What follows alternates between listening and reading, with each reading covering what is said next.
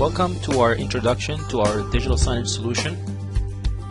In this video we'll demonstrate how to use our Signage Studio to build your signage presentation, as well as how to control your remote signage players.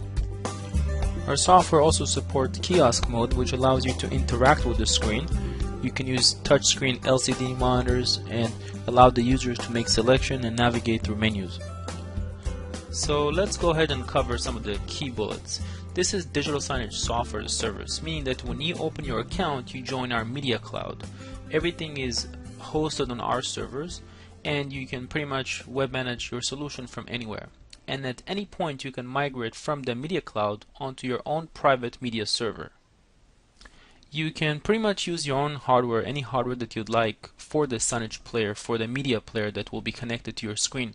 It can be a Mac, Linux, Windows, even an Android tablet device.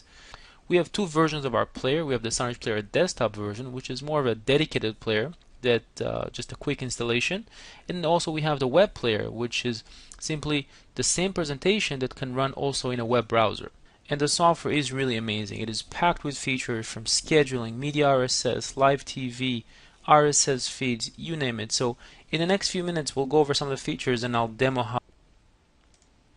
And at this point you need to provide all the information, so let's go ahead and provide that. And pick a password and agree to the terms and click on create new account. And at this point you'll need to log into your email and verify your email so we can activate your account for you. And I went ahead and verified the account in the background, so I'll go ahead and click OK and click on save, and now I'm ready to start using my account. So at this point we're going to cover some of the functionality, some of the basic functionality of the studio, so you can figure out things and kind of get you around and know how to start building your presentation. So the first thing we're prompted with here is the screens. So let's go ahead and make a little bit more room here so we can see better, and maybe zoom out a little bit. And at this point we have one screen type. It's called Hotel Lobby, and it's set to be 1920 by 1080 with some screen divisions that you can kind of move around and configure. But what I want to make sure that you understand is that it doesn't mean that we only have one screen out in the field. It just means that we just have one type of screen, and of course we can go ahead and add completely new types. Now you can click on this plus right here. So let's go ahead and select the resolution for this screen. So let's do 1280 by 720, or you can also type your resolution manually. Click on next, and the system will go ahead and generate some screen divisions for us automatically, and click on finish. Now we can go ahead and rename the screen, so I'll call this Hotel Guest Room. And because we opted for the system to create screen divisions for us, we have a total of 3 screen divisions that the system created. Let's go ahead and add a new type of screen division for this hotel guest room.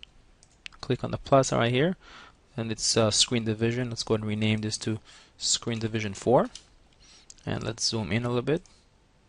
And now you can start drawing your screen divisions any way you want, and we support layering and transparency, and really flexible, and you can do a whole bunch of different configuration with this. So we'll just go ahead and draw something like this, and this is accurate to the pixel, so you can see everything is presented to you over here on the right on the properties. So we'll set something like this, maybe another screen division right here. And the screen division, this is where you can have content actually playing, like videos and Swift animations and images and weather and tickers, and that's where you can have all this playing. And as I just mentioned, we also support layering, so if you wanted to put a background below everything else, I can simply create a new screen division. And right now it's on top, so I'll go ahead and call it background, and drag it so it's below everything else. So it's now below everything else, and now it'll actually show through other screen divisions. So you can see the system is very flexible. So I'll go ahead and just delete this for now, and go ahead and make this occupy the full size. So next we'll switch to the resources.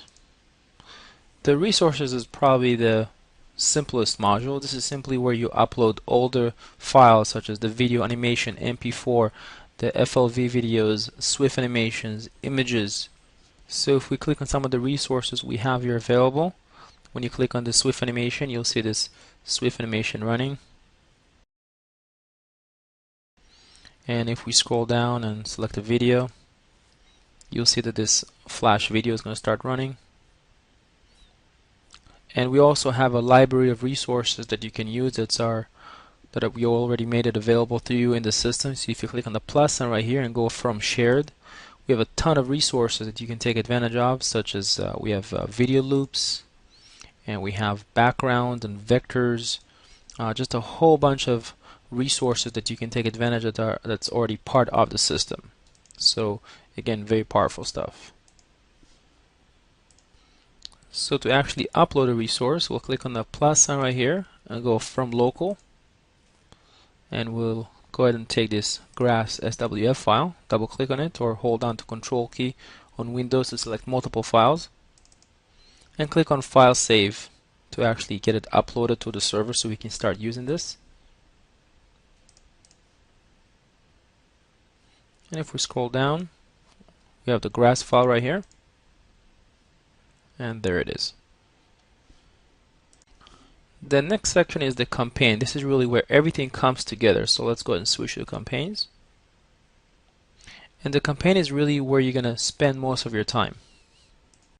So let's go ahead and create a new campaign. Right now we're looking at the hotel lobby campaign that came as part of the template that we chose. So we'll click on the plus sign right here to add a new campaign. And we'll go ahead and call it the test campaign. And we use the sequence for now. We also support scheduler, but for this purpose we'll use a sequencer. Click on next, and we'll go ahead and select the hotel guest room screen template that we created earlier as the output, and click on next, and go ahead and create one timeline. That timeline will be a total length of 1 minute, and click on next, and select the screen division that we drew earlier and click on finish. So that's it. Now we have a test campaign with a single timeline in this campaign with some channels that are pre-assigned. Now you can see that all the channels are color coded, so I can see exactly what's going to play where. So you see that my blue is going to play in this area and my green is going to play right here, and so on and so forth. I have a red narrow channel at the bottom where I can put a stock ticker or some RSS feeds. So to start populating the channels with resources, I'll switch to Toolbox, and right here my resources selection, I'll take this promo one and put it right here under my blue channel. I can double click on it or click on the pencil to load up the properties for this channel. And you see that right now it's playing my Swift animation. I have a lot of properties I can set, support animation, and just a whole ton of different properties you can set, and more Swift properties as well. And I can extend this to have this resource play for the full duration of the timeline in this blue channel, or I can also have it only play for about 30 seconds, and after 30 seconds I can actually switch into a completely different screen division. Switch over to screen divisions, and let's say that I want to go into full screen after 30 seconds, so I'll go ahead and put a full screen division. And notice that right now it's hollow, there's no actual channel that's assigned, so I can simply click on the screen division and assign it by taking, let's say, the blue channel, dragging and dropping, and now it's blue. Or if I wanted the green one to play right here, or if I didn't want to have a full screen, I actually wanted to have a different type of, maybe a 3 screen division configuration, then I can assign the channels accordingly by dragging and dropping. So now everything is color coded. And of course I would need to fill the rest of the channel with resources. We also support components that you can put labels, videos, HTML websites, RSS news, tickers, media RSS videos, weather, webcam, capture cards, live TV. Everything is supported, so there's a whole bunch of stuff you can fill these resources or channels with. And also notice that right now we just have a single timeline. Now if I wanted to actually have another timeline play after this timeline is over, after this 1 minute is over, all we have to do is click on the plus sign right here and then add a second timeline. I'll just go ahead and click on finish to jump to the end, and I have two timelines, timeline 1 and timeline 2. So whenever timeline 1 is done, it's automatically going to go and jump into timeline 2. And the way you control the ordering is through the sequencer. Now for this test campaign right now, I just have a single campaign with 2 timelines. So if I switch over here to the sequencer under this test campaign, of course, you can see that I can control the timelines. I can actually control how many times each timeline will play through the repeat number right here. And I can also change the order by dragging and dropping.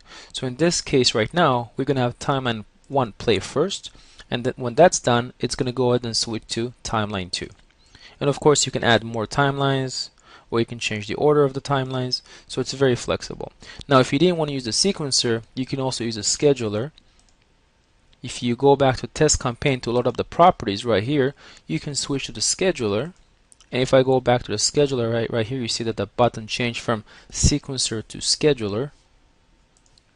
Now if I click on scheduler, you can actually start scheduling timelines by days and weeks, and you have just a lot more flexibility in when each timeline will play during each day of the month.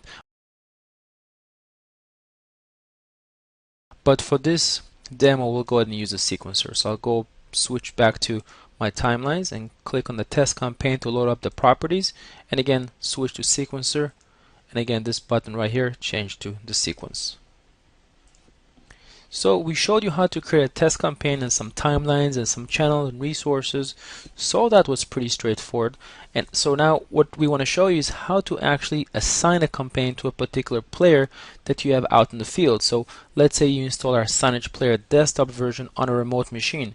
You want to actually be able to control that machine, and you also want to assign it this particular test campaign.